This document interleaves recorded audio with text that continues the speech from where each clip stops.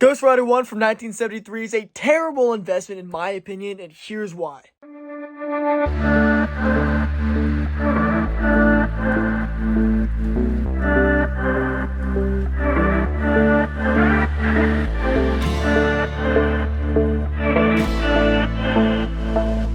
Don't get me wrong, to each their own. If you want to buy Ghost Rider 1, go for it. If it's up your alley, go do it. But this is, in my opinion, why I think Ghost Rider 1 is my least favorite Bronze Age key. And, I'm not telling you what to buy, but I am going to talk about, sure, it's a black spine. That's a tough spine. That's a book that's always beat up, right? It's tough to get a high grade. It's first cameo of Son of Satan, but the market has decided that his first full appearance is usually the one to go for, yet here, this one dwarfs the first full appearance of Son of Satan. So, I always found that to be a bit weird. It's got this classic Gil Kane cover. It's got great interiors by Gil Kane. I appreciate that. And it is first solo series for Ghost Rider, but it's not his first solo story. That would go to his first appearance, and, of course, the coming issues in Marvel with the Spotlight would still have plenty of great solo stories with Johnny Blaze Ghost Rider. Now, sure, this book's coming down a bit. It's down to around a $300 book in, average grade, what I consider to be average grade. Once $500 not that long ago. Currently, the GPA on this book at a 5.0 is $400. Now, I think that's ridiculous, and 8.5 being the highest in the census with over 500 graded copies at that point right now are selling anywhere from $700 to over $1,000. Again, we're talking about the first cameo, not even full cameo appearance of Son of Satan, and the first title where Ghost Rider is, on the card. That's really the key, significance to this book. Not really much. Mind you, you could easily find a Marvel Spotlight 6, his second appearance, in presentable condition for $100 or less. I mean, I can go buy two of them right now. I know where they're at for, this price point, and a Ghost Rider 1 just is, in my opinion, way more expensive. I'd rather have that. And, look, the Gil King cover is better on the Ghost Rider 1, but the Ghost Riders, or the Spotlight 6, being his second appearance, I would think should hold some more value than $100 or less, in my opinion. And hell, for $500-$600, you could have a low to mid-grade Marvel Spotlight 5, his first ever appearance. How do I know that? For $500-$600, I've recently sold 2 copies of that book. 2 different copies I've recently sold in that $500 to $600 range. I'd much rather have that than spending, your $300 to $700 to $1,000 on a Spotlight or on a Ghost Rider 1. I'd rather have the Spotlight 6.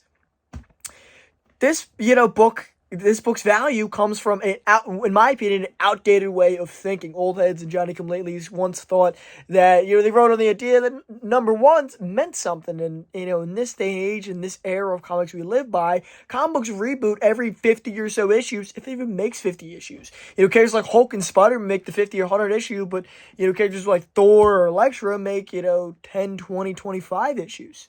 This is a watered-down concept, in my opinion. Plus, there's no major detail to this book dragging the book up in price. In my opinion, it's a outdated way of thinking. To me, this book is half of what it deserves to be. I think the value in a mid-grade copy should be worth $150. That's just my opinion. And, having bought and sold thousands and thousands and thousands of comics over my career. I mean, it's just, to me, look, don't be wrong.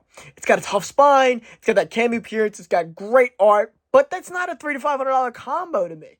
Other comics from 1973, let's talk about for a second. Shazam #1, another debut issue. A first appearance in the DC universe and DC continuity. Barely holds on at even $25-$50 right now. That book is way down in the current market. Tomb of Dracula 10 is the big key for the year, and it's a real legendary first appearance, actually worthy of its value. I mean, it's a first appearance of Blade, a major character who's had 4 movies and a TV show to himself, and is having a 5th movie come out, and he's been a massive character over the years. And again, this is his first appearance. This is not his solo story. This is not his first time where, not a Blade #1. This is Tomb 10 we're talking about. Batman 251, probably the most iconic cover of the year. Still, mid to low grades, you can get $200 to $300. I got mine for $100. Again, a book I'd rather have over Ghost Rider #1. ASM 119, the first time Hulk and Spider-Man fight. Easy to find for under $100. What's it? A couple issues later, the funeral of Gwen Stacy is also the first time him and Power Man meet and fight.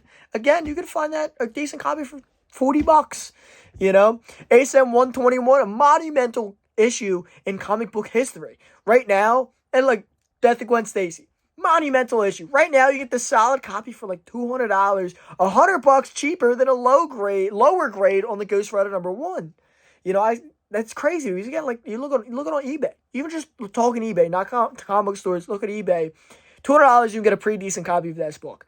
For $300, the recent Souls and Ghost Rider 1 are in worse condition than the ones that are actively available for $200 of the ASM 121.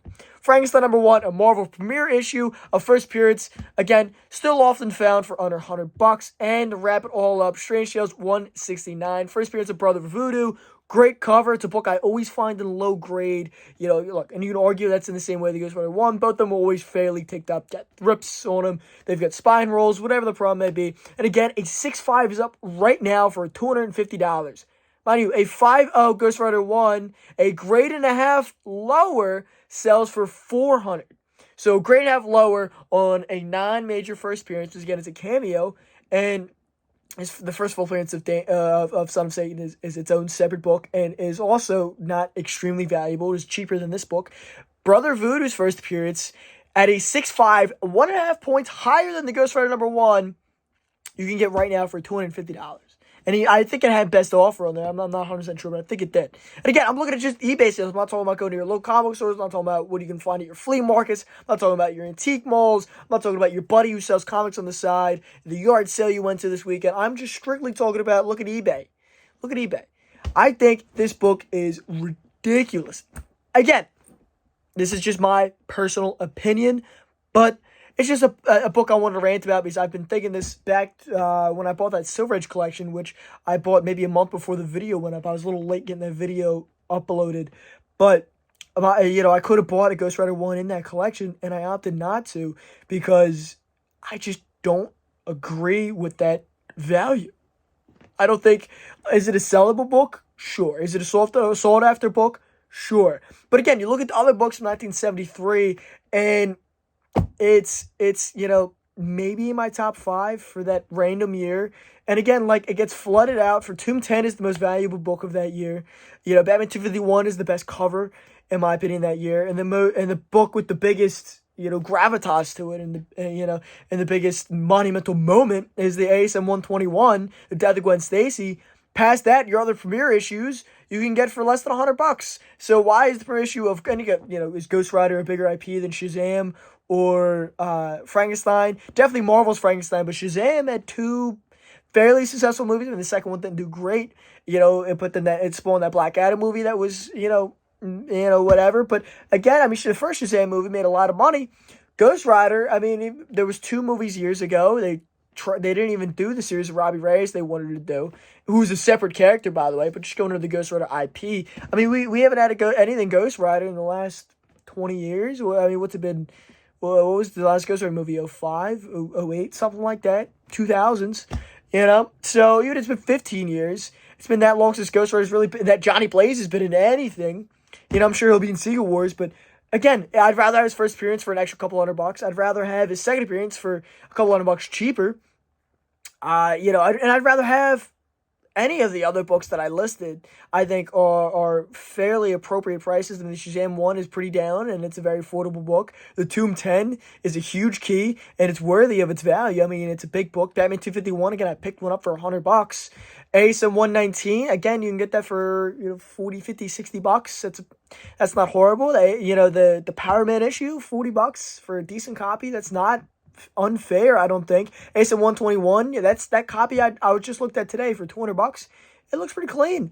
I mean, that's a monumental issue. The Frankenstein 1, I mean, I'm a horror guy, I'm a little biased, but, you know, that's still a cool book to have in your collection.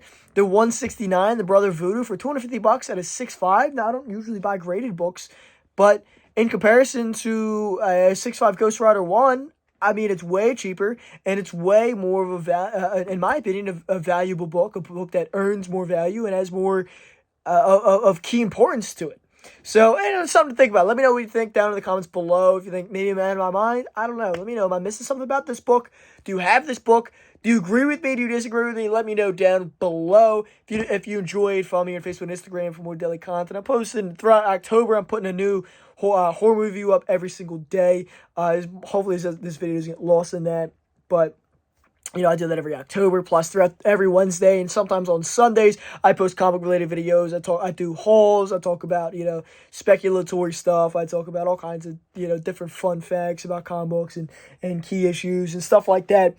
I do videos about action figures, whatever. I got the script series, Tales on a Hunt, where I talk about going out and actually hunting for this stuff, people I ran into, stories I have, stuff I saw, stuff I didn't pick up. Fun stuff like that. I got the Facebook group, Fandoms Unleashed. You see a behind-the-scenes look at Connor's comics. You have polls for upcoming videos and all kinds of stuff. That's all linked down in the description. Until next time, peace.